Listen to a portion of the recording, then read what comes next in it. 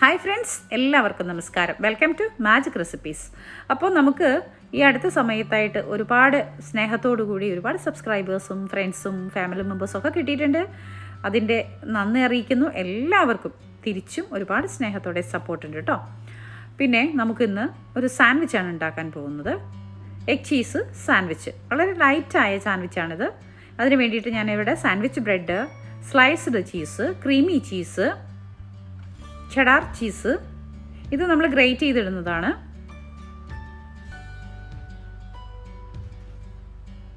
മുട്ട, പിന്നെ നമുക്ക് കുറച്ച് വെജിറ്റബിൾ ഐറ്റംസ് വേണം. പച്ചമുളക് ഒരു 2 എണ്ണം, മല്ലിയില ഒരു പിടി, ഒരു തക്കാളി, ഒരു സവാള ഞാനിവിടെ വൈറ്റ് ഒനിയനാണ് കേട്ടോ എടുത്തിരിക്കുന്നത്. സാധാരണഗതിയിൽ നമ്മൾ സാൻഡ്വിച്ചൊക്കെ കഴിക്കുമ്പോൾ വൈറ്റ് ഒനിയനാണ് കൂടുതൽ എടുക്കുന്നത്. ആദ്യം തന്നെ നമുക്ക് ഇതൊന്ന് കട്ട് ചെയ്തെടുക്കാം. വലിയ ഒനിയനാണ് എനിക്ക് കിട്ടിയത്, അപ്പോൾ അതുകൊണ്ട് അതിൻ്റെ പകുതിയെ ഞാൻ എടുക്കുന്നുള്ളൂ കേട്ടോ. നമുക്കിത് വളരെ ചെറുതായിട്ട് ചോപ്പ് ചെയ്ത പോലെ കട്ട് ചെയ്തെടുക്കാം. വളരെ നൈസായിട്ട് കട്ട് ചെയ്യാൻ ശ്രമിക്കണേ.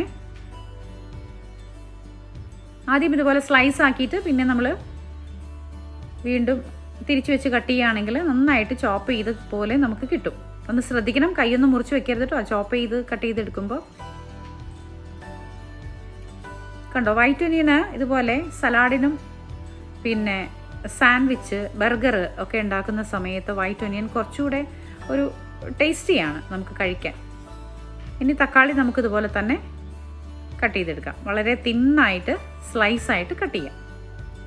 തക്കാളി നമുക്ക് പകുതി മതി കേട്ടോ. വലിയ തക്കാളിയാണ്, കാരണം സ്ലൈസിന് കുറച്ച് വലിപ്പം തോന്നാൻ വേണ്ടി ഞാൻ വലിയ തക്കാളി എടുത്തിരിക്കുന്നത്. കണ്ടോ, വളരെ തിൻ സ്ലൈസായിട്ട് നമ്മൾ കട്ട് ചെയ്തെടുത്തു. ഇനി നമുക്ക് മല്ലിയില കട്ട് ചെയ്യണം. നല്ല ഫ്രഷ് മല്ലിയിലാണ്, ഒരു പിടി മല്ലിയില ഞാൻ എടുത്തിട്ടുണ്ട്. പാർസി എന്ന് പറഞ്ഞൊരു സാധനം കൂടി കിട്ടും കേട്ടോ, മല്ലിയില പോലെ തന്നെ ഇരിക്കുന്നത്. അതും വേണമെങ്കിൽ ഇതിൽ ചേർക്കാം. ഇപ്പം എൻ്റെ കയ്യിൽ ഇല്ലാത്തത് കൊണ്ട് ഞാൻ ചേർത്തിട്ടില്ല, മല്ലിയില മാത്രമാണ് ചേർത്തേക്കുന്നത്. ഇത് വളരെ ചെറുതായിട്ട് ചോപ്പ് ചെയ്ത പോലെ കട്ട് ചെയ്തെടുക്കാം.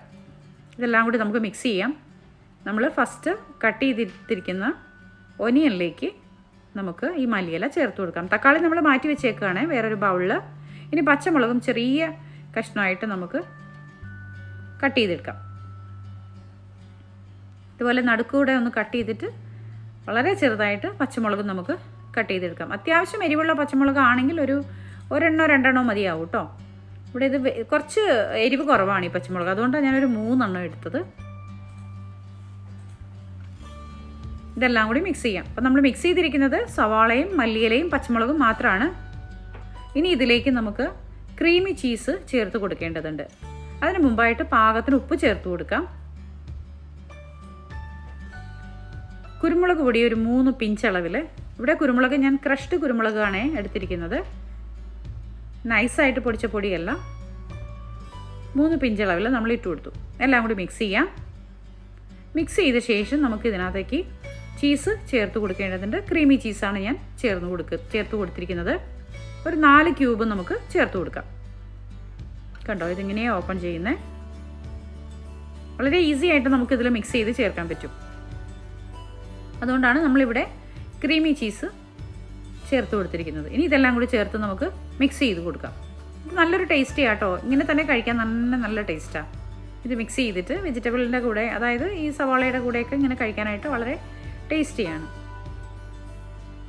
നമ്മൾ വെജിറ്റബിൾ സലാഡ് ഉണ്ടാക്കുമ്പോഴും ഇത് മിക്സ് ചെയ്താൽ നന്നായിരിക്കും. കണ്ടോ, ഈ ഒരു ടെക്സ്ചറിൽ നമ്മളെല്ലാം കൂടി ചേർത്ത് നന്നായി മിക്സ് ചെയ്തു. ഇനി ഇതിലേക്ക് നമുക്ക് നമ്മളിവിടെ എടുത്ത് വെച്ചിരിക്കുന്ന cheddar ചീസ് ഉണ്ടല്ലോ, അത് ഗ്രേറ്റ് ചെയ്ത് ഇട്ട് കൊടുക്കാം. ഇവിടെ നമ്മൾ cheddar ചീസ് വാങ്ങിക്കുമ്പോൾ എപ്പോഴും വലിയ ഒരു ക്യൂബൊന്നും എപ്പോഴും വാങ്ങിക്കേണ്ട ആവശ്യമില്ല. ഇതുപോലുള്ള ചെറിയ ടിന്നിലായിട്ട് വരുന്നത് വാങ്ങിക്കുകയാണെങ്കിൽ അപ്പോഴത്തെ ആവശ്യത്തിന് നമുക്ക് എടുക്കാൻ പറ്റുകയും ചെയ്യും. ബാക്കി നമുക്ക് വെക്കേണ്ട ആവശ്യം വരില്ല. കാരണം ഇതൊരു പീരീഡ് ഓഫ് ടൈമിൽ കൂടുതൽ വെച്ചിട്ടുണ്ടെങ്കിൽ പെട്ടെന്ന് ചീത്തയായി പോകുന്നൊരു സംഭവമാണ്. അപ്പോൾ അതുകൊണ്ട് തന്നെ ഇത് നമുക്ക് ആവശ്യമുള്ളപ്പോൾ എത്ര വേണം ആ ഒരു അളവിൽ മാത്രം ഇത് വാങ്ങിച്ചാൽ മതി കേട്ടോ. ചെറിയ ക്യൂബാണ് ഞാൻ വാങ്ങിച്ചത്. കണ്ടോ, ഇതുപോലെ ഗ്രേറ്റ് ചെയ്തിട്ട ശേഷം നമുക്ക് എല്ലാം കൂടി മിക്സ് ചെയ്യാം. നല്ല ഫ്രഷ് ആയിട്ട് നമുക്ക് കിട്ടാൻ വേണമല്ലോ, അപ്പോൾ അതുകൊണ്ടാണ് നമ്മൾ ചെറിയ ക്യൂബായിട്ട് വാങ്ങിക്കുന്നത്. ഇതെല്ലാം കൂടി മിക്സ് ചെയ്തു നമുക്ക് ഈ മാറ്റി വയ്ക്കാം. ഇനി നമുക്കൊന്ന് മുട്ട പൊട്ടിച്ചെടുക്കാം. 3 മുട്ടയാണ് ഞാൻ ഇവിടെ എടുത്തിരിക്കുന്നത്. ഇതിലേക്ക് കുറച്ച് ഉപ്പ് ചേർത്ത് കൊടുക്കാം. ഉപ്പ് ചേർക്കുമ്പോൾ ശ്രദ്ധിക്കുക, നേരത്തെ നമ്മൾ സവാളയിലേക്ക് ഉപ്പ് ചേർത്തിട്ടുണ്ട്. അപ്പോൾ അതുകൊണ്ട് മുട്ടയിൽ ഒരു പിഞ്ചളവിൽ മതിയാവും ഉപ്പ് ചേർക്കുന്നത്. ഒരു പിഞ്ചളവിൽ കുരുമുളക് പൊടിയും ചേർത്ത് കൊടുക്കാം. ക്രഷ്ഡ് അല്ല, കുരുമുളക് പൊടിയാണ്, നൈസ് പൊടിയാണ് നമ്മൾ ചേർത്ത് കൊടുക്കുന്നത്. ഇതെല്ലാം കൂടി ചേർത്ത് നമുക്ക് നന്നായിട്ട് ബീറ്റ് ചെയ്തെടുക്കാം. സവാളയൊന്നും ചേർക്കണ്ട കേട്ടോ, ജസ്റ്റ് ബീറ്റ് ചെയ്തെടുത്താൽ മതി.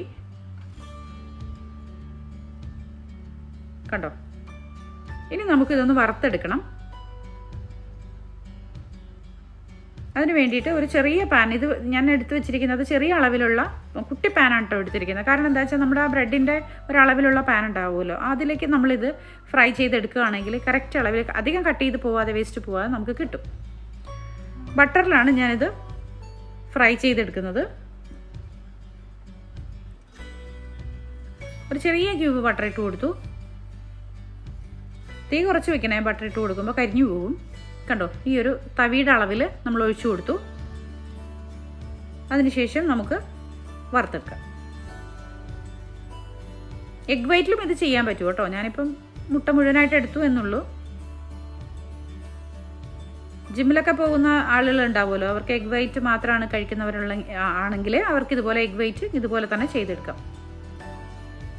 നമുക്കിതൊന്ന് മറിച്ചിട്ട് കൊടുക്കാം. അധികം വെന്ത് പോവരുത് കേട്ടോ, മുരിഞ്ഞു പോവരുത്. ജസ്റ്റ് ഒന്നായി വരുമ്പോഴേക്കും നമുക്കിത് മറിച്ചിട്ട് കൊടുക്കാം. പെട്ടെന്ന് നമുക്ക് തിരിച്ചും മറിച്ചു വിട്ട് ഒരു 4-5 മുട്ട വറുത്തെടുക്കാം. ഒരു 3 മുട്ട എടുത്താൽ മതിയാവും. ഇതുപോലെ ഒരു 4-5 എണ്ണം നമുക്ക് കിട്ടും. കാരണം നമ്മളൊരു ചെറിയ തവിയായിട്ട് ചെറിയ പോർഷനിലല്ലേ ഒഴിച്ചു കൊടുക്കുന്നത്. കണ്ടോ? ഈ ഒരു അളവിലാണ് ഒഴിച്ചു കൊടുക്കുന്നത്.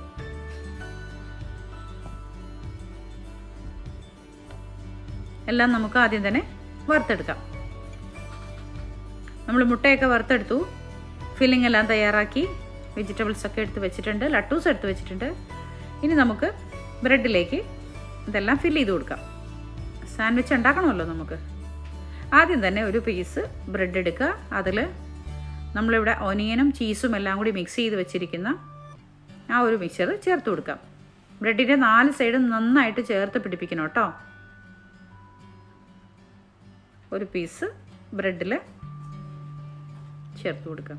നമ്മൾ ബ്രെഡ് വാങ്ങുമ്പോൾ എപ്പോഴും സാൻഡ്വിച്ച് ബ്രെഡ് നോക്കി വാങ്ങാൻ ശ്രദ്ധിക്കണേ. സാൻഡ്വിച്ച് ബ്രെഡിൻ്റെ പ്രത്യേകത എന്താ വെച്ചാൽ നല്ല ഫില്ലായിട്ട് ഇങ്ങനെ ഹോളൊന്നും കാണാതെ നന്നായി ഫില്ലായി കുറച്ച് കട്ടിയിൽ കിട്ടും. അപ്പോൾ നമുക്ക് കട്ട് ചെയ്തെടുക്കാനൊക്കെ വളരെ എളുപ്പമായിരിക്കും. ബ്രെഡിൻ്റെ മേലെ നമ്മൾ വെജിറ്റബിൾ ഫില്ലിംഗ് വെച്ച് കൊടുത്തു. ഇനി അതിന് മേലെ നമ്മൾ ഐസ്ബർഗിൻ്റെ ഒരു ലീഫ് ഇതുപോലെ വെച്ച് കൊടുക്കുക.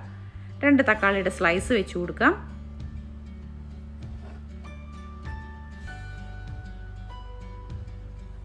ഇനി മുട്ട നമ്മൾ വറുത്ത് വെച്ചിട്ടുണ്ടല്ലോ, അതും ഒരെണ്ണം എടുത്ത് വെച്ച് കൊടുക്കുക. അതിൻ്റെ മേലെ അടുത്ത പീസ് ബ്രെഡും കൂടി വെച്ച് കറക്റ്റ് ഫില്ലിങ് കറക്റ്റ് ആക്കുക. ഒന്ന് ചേർത്ത് കൊടുക്കണം കേട്ടോ, മിക്സ് ചെയ്ത് ചേർത്ത് കൊടുക്കണം.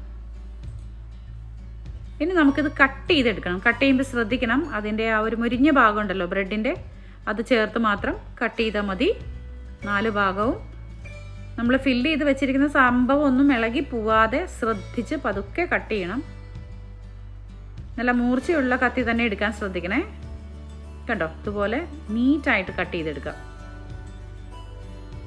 കുട്ടികൾക്കൊക്കെ ലഞ്ച് ബോക്സിൽ വെച്ച് കൊടുക്കാൻ പറ്റുന്ന നല്ലൊരു സാൻഡ്വിച്ചാണിത്. വളരെ ടേസ്റ്റിയാണ്. നമുക്കിതിനെ ഒന്ന് ടോസ്റ്റ് ചെയ്തെടുക്കേണ്ടതുണ്ട്. ഞാനിവിടെ പാനിലാണ് ടോസ്റ്റ് ചെയ്ത് കാണിക്കുന്നത്. എന്തുകൊണ്ടാണെന്ന് വെച്ചിട്ടുണ്ടെങ്കിൽ എല്ലാവരുടെ അടുത്തും ടോസ്റ്റർ ഉണ്ടാവണം എന്നില്ല, ഇലക്ട്രിക് ടോസ്റ്റർ ഉണ്ടാവണം എന്നില്ല. അപ്പോൾ നമുക്ക് പാനിലും ഇത് ചെയ്യണമല്ലോ. അപ്പോൾ അതിന് വേണ്ടിയിട്ടാണ് ഞാനിപ്പോൾ പാനിൽ ടോസ്റ്റ് ചെയ്ത് കാണിക്കുന്നത്. കണ്ടോ? ഇതുപോലെ നമ്മൾ വെച്ച് കൊടുത്തിട്ട് അതിൻ്റെ കളറൊന്ന് ഈവണായി വരാൻ വേണ്ടിയിട്ടൊന്ന് പ്രസ് ചെയ്ത് കൊടുക്കണം. ഇതുപോലെ ചട്ടകം വെച്ചിട്ട് ഒന്ന് പ്രസ് ചെയ്ത് കൊടുക്കാം.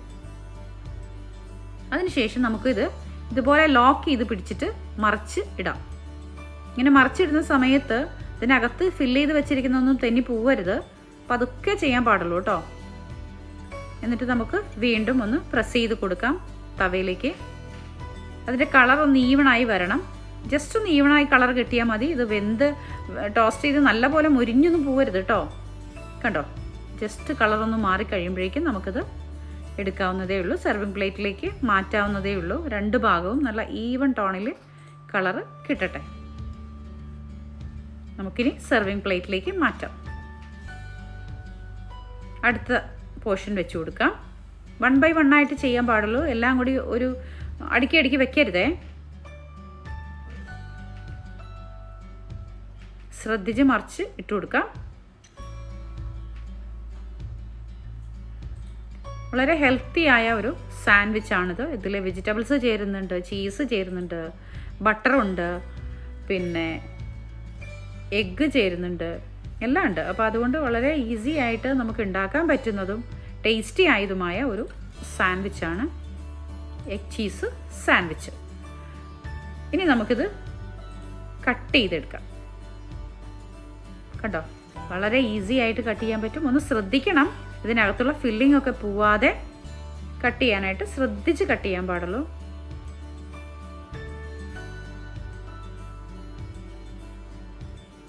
കണ്ടോ, വളരെ എളുപ്പത്തിൽ നമ്മൾ ഒരു സാൻഡ്വിച്ച് ഉണ്ടാക്കി. അപ്പോൾ ഇതെല്ലാവർക്കും ഇഷ്ടപ്പെട്ടെന്ന് വിശ്വസിക്കുന്നു. ഇഷ്ടപ്പെട്ടാൽ ലൈക്കും ഷെയറും കമൻറ്റും തരാൻ മറക്കരുത്. സബ്സ്ക്രൈബ് ചെയ്ത് കൂടെ ഉണ്ടെന്ന് എനിക്ക് നല്ല വിശ്വാസമുണ്ട്. അപ്പോൾ എല്ലാവരും ഇനിയും സബ്സ്ക്രൈബ് ചെയ്ത് ബെല്ലൈക്കനും കൂടി എനാബിൾ ചെയ്ത് നമ്മുടെ ചാനലിൻ്റെ കൂടെ ഉണ്ടാവണം കേട്ടോ. താങ്ക്